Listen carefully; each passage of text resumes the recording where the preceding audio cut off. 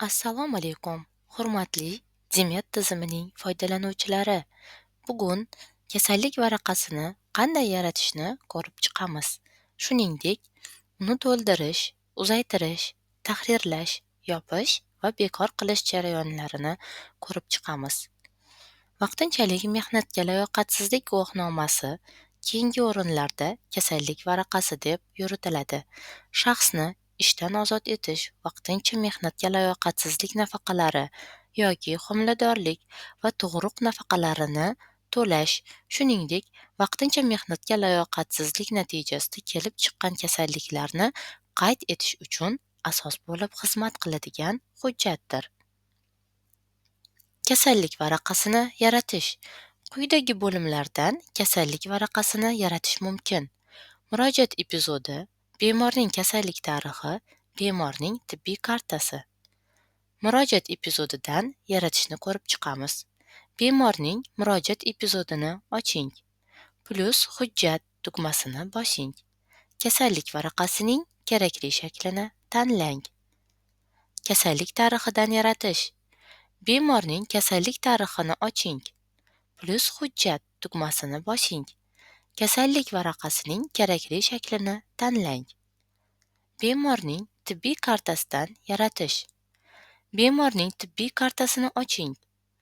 Hujjatlar yorlig'iga o'ting. Hujjat yaratish tugmasini bosing. Kasallik varaqasining kerakli shaklini tanlang. Kasallik varaqasining bir nechta turlari mavjud. Vaqtincha mehnatga layoqatsizlik varaqasi 0.95 shakl. Ta'lim olayotgan shaxslar uchun mehnatga layoqatsizlik ma'lumotnomasi 0.94 shakl. Mastlik tufayli mehnatga layoqatsizlik ma'lumotnomasi 138 shakl. Kasal bolani parvarish qilish tufayli mehnatga layoqatsizlik ma'lumotnomasi. Muhim, to'ldirish shakli barcha turlar uchun bir xil bo'lib, faqat chop etishda hujjat nomida farq qiladi.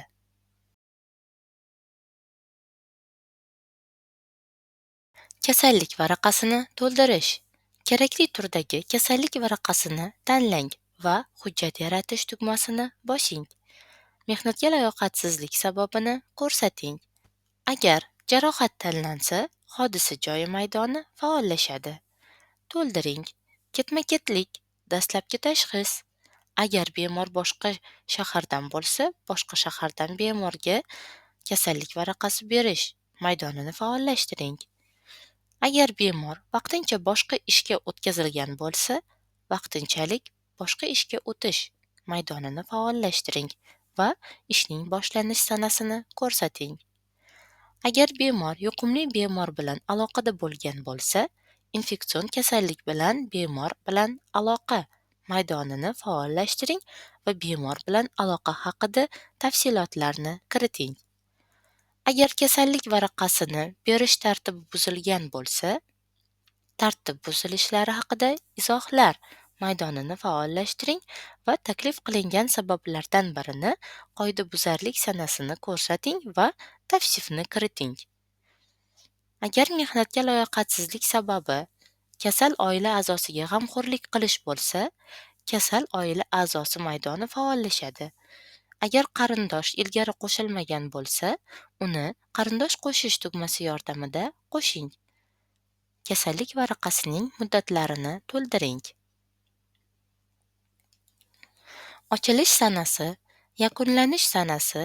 Kasallik varaqasini ochgan shifokor kasallik varaqasini tasdiqlash uchun mas'ul bo'lim boshlig'i.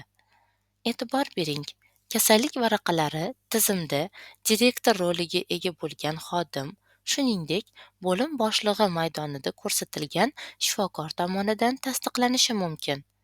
Agar kerak bo'lsa, qurilmangizdan yuklab olish orqali kasallik varaqasiga fayl qo'shishingiz mumkin. Barcha maydonlar to'ldirilgandan so'ng hujjat yaratish tugmasini bosing. Shundan so'ng barcha ma'lumotlarni ko'rishingiz mumkin bo'lgan kasallik varaqasi sahifasi ochiladi va agar kerak bo'lsa, muddatni uzaytirish tugmasi yordamida muddatni uzaytirish, tahrirlash tugmasi yordamida kasallik varaqasini tahrirlash, bekor qilish tugmasi yordamida kasallik varaqasini bekor qilish va kasallik varaqasini yopish tugmasi yordamida kasallik varaqasini yopish mumkin. Kasallik varaqasini uzaytirish. Agar biron sababga ko'ra kasallik varaqasini uzaytirish kerak bo'lsa, unda ilgari yaratilgan kasallik varaqasini oching. Kasallik varaqasining muddatlari bo'limiga o'ting. Muddatni uzaytirish tugmasini bosing. Uzaytirilish sanasini kiriting. Uzaytirish tugmasini bosing. Hujjat tarixida kasallik varaqasining uzaytirilish haqidagi ma'lumotlar ko'rsatiladi va holat uzaytirilganga o'zgaradi. Kasallik varaqasini yopish. Kasallik varaqasini yopish uchun ilgari yaratilgan kasallik varaqasini oching. Pastki o'ng burchakda kasallik varaqasini yopish tugmasini bosing. Yakunlash sanasi, yakuniy tashxis. Kasallik varaqasini yopayotgan shifokor familiya ism-sharifini ko'rsating. Hujjatni tasdiqlash uchun yuboring.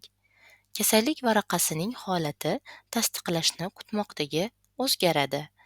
E'tibor bering, kasallik varaqasi tasdiqlash uchun yuborilganidan keyin uni tahrirlash yoki bekor qilish mumkin emas. Agar kasallik varaqasiga tuzatishlar kiritish yoki uni bekor qilish zarur bo'lsa, kasallik varaqasini tasdiqlovchi shaxs uni tuzatish uchun qaytarishi mumkin. Bunday holda kasallik varaqasi holati tuzatishni kutmoqda ga o'zgaradi va shifokor yana kasallik varaqasini tahrirlashi va tasdiqlash uchun yuborishi yoki bekor qilishi mumkin. Kasallik varaqasini tahrirlash. Kasallik varaqasini faqat tasdiqlash uchun yuborishdan oldin yoki kasallik varaqasini tuzatish uchun qaytarilgandan keyin tahrirlashingiz mumkin. Kasallik varaqasiga o'zgartirishlar kiritish uchun kasallik varaqasini oching. Tahrirlash tugmasini bosing. Tahrirlang. O'zgarishlarni saqlash tugmasini bosing. Kasallik varaqasini bekor qilish. Kasallik varaqasini bekor qilish. Kasallik varaqasi faqat tasdiqlash uchun yuborilgunga qadar yoki kasallik varaqasi tuzatish uchun qaytarilgandan keyin bekor qilinishi mumkin. Kasallik varaqasini bekor qilish uchun kasallik varaqasini oching. Bekor qilish tugmasini bosing. Bekor qilish sababini ko'rsatish shart. Kasallik varaqasining holati bekor qilindigi o'zgaradi. Tabriklaymiz! Siz Dimet tizimida kasallik varaqasi bilan ishlashning to'liq jarayoni bilan tanishdingiz. Uni yaratish va to'ldirishdan tortib to uzaytirish, tahrirlash, yopish va bekor qilishgacha. E'tiboringiz uchun rahmat!